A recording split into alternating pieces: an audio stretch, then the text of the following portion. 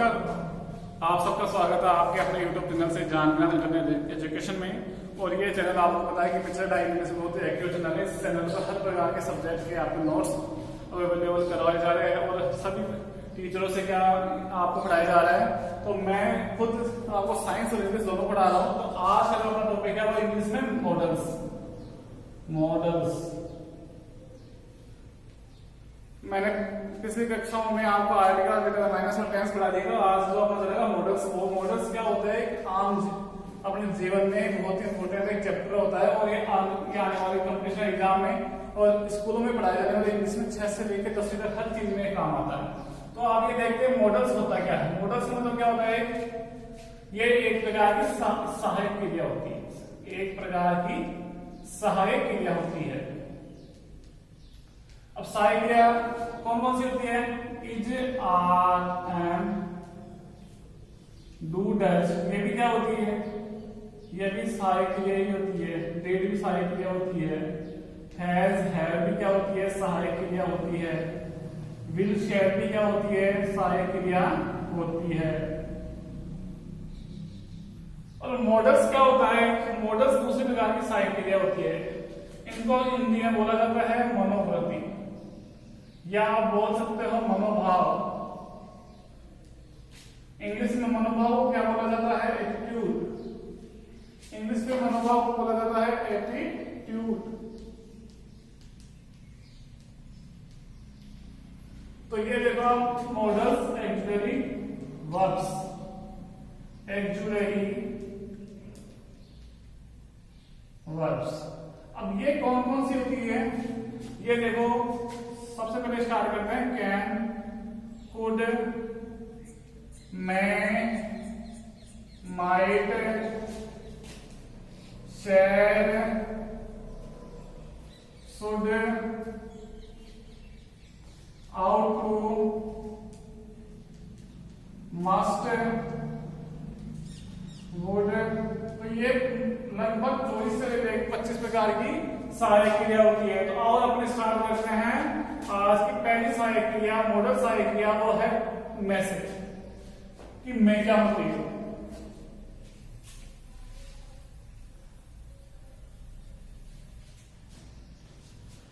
देखो ये जो सहायक क्रिया होती है, एक्जुलरी वर्ब्स होती है, इनमें भी फर्क पाया जाता है। क्या फर्क पाया जाता है? जैसे सबसे पहले आप बात करें हैव की। हैव का मतलब दो प्रकार से होता है। पहला एक तो होता है सहायक क्रिया में हैव, दूसरा हैव क्या होता है? Possessive have. Possessive have. दोनों प्रकार के वाक्य की मैं बात करता हूं। पहला वाक्य कौन सा है? सहायक क्रिया में। आई हैव, ही हैज, या आप कुछ भी मान लो, they have done their work. इसका मतलब क्या हुआ कि वे अपना कार्य क्या कर चुके हैं? पूरा कर चुके हैं। कौन सा क्रिया है इसमें? डन। परफेक्ट टेंस का ये वाक्य है। अब दूसरे प्रकार का जो है का बात करें, वो बोलते हैं, बताया पॉजिटिव प्रकार का है होता है। जैसे I have a car, I have a car. तो मैं इसका मतलब क्या हुआ कि मैं कार रखता हूं। मुझे क्या हुआ? अधिकार बता रहा है किसका? कार पर, कि मेरा अधिकार किस पर है? कार पर। ये क्या हो गई? सहायक क्रिया है। तो पता लग गया आपको कि what is the difference between have and have, possessive और एक्जुलरी, दोनों में कितना फर्क आता है। तो इसी प्रकार से आपको सेंटेंस पता लगेगा आगे कि मॉडल्स में छोटे छोटी अंतर का भी कितना अंतर आ जाता है। तो पहले प्रकार की हम बात करते हैं मैं। What is the meaning of मैं? मैं मतलब संभावना। पहला प्रकार का मैं क्या मतलब होता है? संभावना।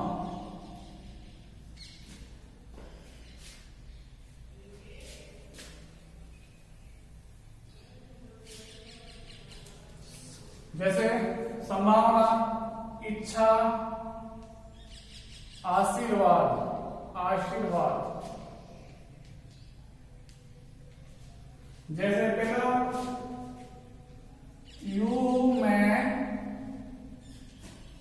लिव लो, ये इसका मतलब क्या हुआ, यू मे लिव लॉन्ग, तुम अधिक समय तक जियो, तुम अधिक समय तक जियो। इसमें कौन सा भाव हो गया, जीने का भाव। मैं मतलब संभावना, आशीर्वाद दे रहा है, किस कौन सा आशीर्वाद दे रहा है कि तुम अधिक समय तक जियो, मैं you live long, you may live long. इसका इस प्रकार से भी अपन यूज कर सकते हैं, मैं यू लिव लॉन्ग, मैं यू लिव लॉन्ग।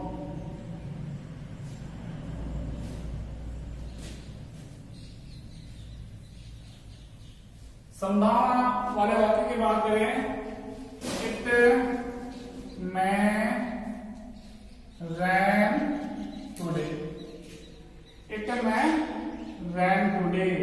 इसका क्या मतलब हुआ कि आज क्या हो सकती है, बरसात आने की संभावना है, आज बारिश की संभावना है, आज बारिश की संभावना है।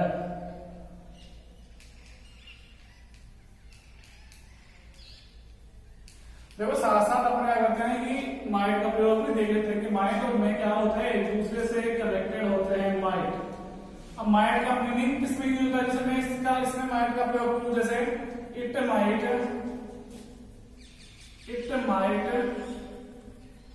रैन, इट माइट रैन टुडे। इसका क्या मतलब हुआ कि आज बरसात आने की संभावना है।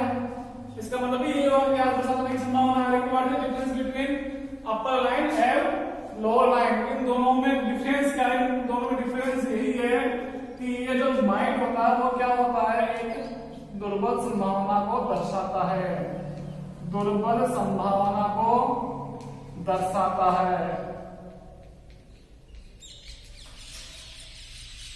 और ये जो मैं होता है वो किसमें होता है, ये बहुत ही प्रबल संभावना को दर्शाता है। प्रबल संभावना, किसी चीज के होने की ज्यादा चांसेस होना, मतलब मैं का प्रयोग होना। और दूसरा माइट मतलब थोड़ी कम संभावना होना, जैसे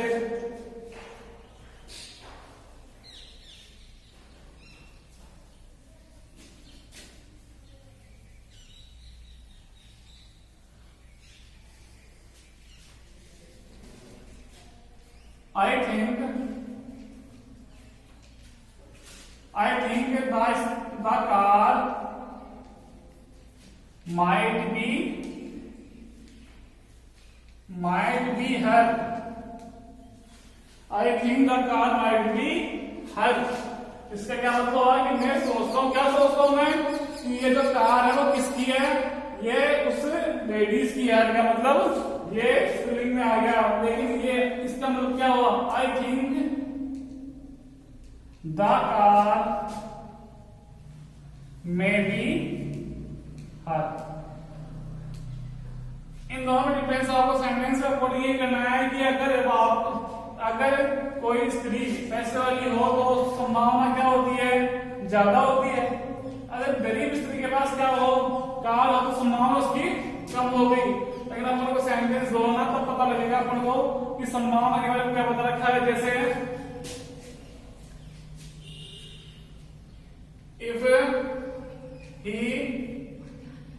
if she is very poor,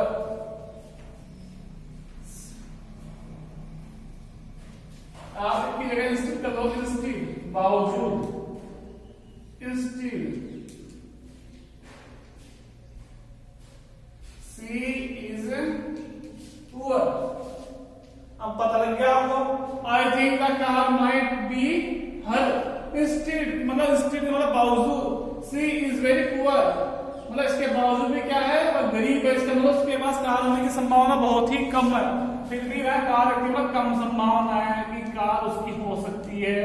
और नीचे वाले में का मतलब क्या हुआ, अधिक संभावना है कि कार उसकी है, क्योंकि वह पैसे वाली है तो उसके पास कार होने की संभावना ज्यादा है। अब दूसरे प्रकार का में है, जैसे निवेदन के लिए में रिक्वेस्ट बोलते हैं, इसमें रिक्वेस्ट है, सबको पता है। मे आई कम इन सर, मे आई कम इन सर। ये इसका मतलब जब किसी वाक्य में क्या हो, निवेदन का भाव हो, इसमें रिक्वेस्ट का भाव हो, तो आपको क्या करना पड़ेगा, आपको ये करना पड़ेगा कि आपको मे मोडस का यूज करना पड़ेगा। मे आई कम इन सर एग्जाम में क्या आएगा, मे, दूसरा माइट, दूसरा, तीसरा कैन, चौथा कुड। तो आपको ये देखना है कि सेंटेंस का भाव क्या है, भाव कौन सा है। मैं कम सर, प्रश्न वाला चिन्ह है ना पीछे, क्यों कि पूछ रहा, निवेदन कर रहा है किससे, सर से। क्या निवेदन कर रहा है, मैं कम सर, क्या मैं सर अंदर आ सकता हूं, तो इसका जवाब यस यू मैं कम इन, तुम आ सकते, यस यू कम इन। तो पता लग गया आपको मैं का प्रयोग किस भाव में होता है, इसमें का प्रयोग होता है कि आपको क्या करना है कि आपको निवेदन का भाव देखना है। निवेदन का भाव का मतलब आपको मैं का प्रयोग करना है। तो सब मैंने बता दिया आपको, संभावना में मैं का प्रयोग, इच्छा में मैं लो तुम लंबा जियो, तो इच्छा है, और इसी आशीर्वाद, और चौथा कौन सा हो गया, निवेदन। तो ये है आपका मैं का प्रयोग।